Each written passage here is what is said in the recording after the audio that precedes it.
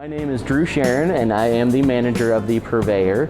We had our grand opening February 2nd. We have been doing carry-out and to-go wine. We kept that going, and now we're back up to where we can have folks inside here. You're welcome to come in and enjoy a glass of wine or have some charcuterie and then check out the space, or to order to go as well. And we also have retail items, different things like that for filling out a grocery list. So it's more than just a dine-in option anyways. So we can kind of help you take care of things for the at-home cook as well. So on the charcuterie plate here, the great thing about it is everything that's on this board you can get in store. This is something that you can totally recreate at home with friends, out on a picnic, however you'd like. And you can kind of go all directions with it, where you can keep it very simple, or you can add as much as you want and get as many different items on here as you'd like.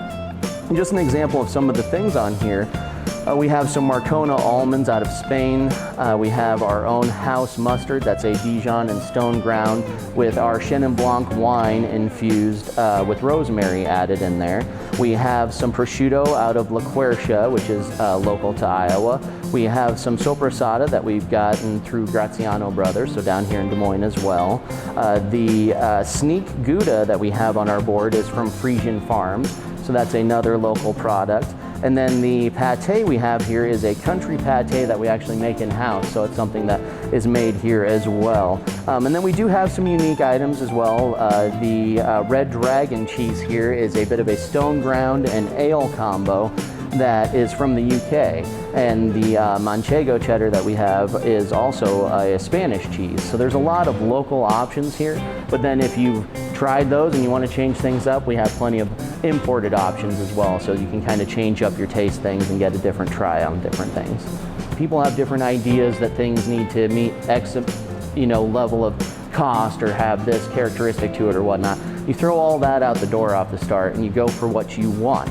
If you've got a hankering for some classic cheddar, then start there and build off flavors that go around that. And you kind of want to work with your main things and then just add to taste from there. I'd say keep it simple to start and then expand from there. It looks like there's a lot going on, but it all starts with putting down your first piece of cheese or your first piece of meat, and then you just kind of go from there as you feel. I would say your first steps is I would come up to our back counter where we have all of our meats and cheeses on display, and you let us know what your idea is on what you want, and we're happy to give you little tastes of everything along the way. Hey, try this cheese. This sounds like it'll go really well with the meat you've requested. So we'll get you a basis on kind of either 2 meats and 2 cheeses, but some kind of balance on that end. And that's how we like to set people up, where it's like, try this. If you like it, here's the amount you're gonna need. There's no problem with coming in and sampling a small board and then buying all that stuff to go and recreating it at home to kind of have the safe first try on that too.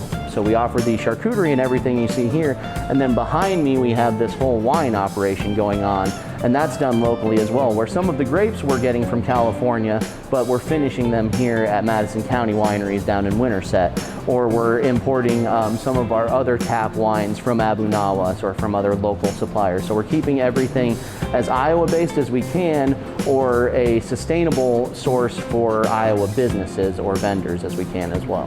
Recently, we've been allowed to, with some of the law changes and things of that nature here in Iowa, have a wine growler program as well as wine to go.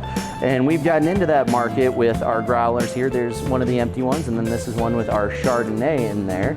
And these all work in hand with having the giant vats of wine or the wine on tap back here. That's kind of the whole gist of the program in the first place that we were hoping to get going.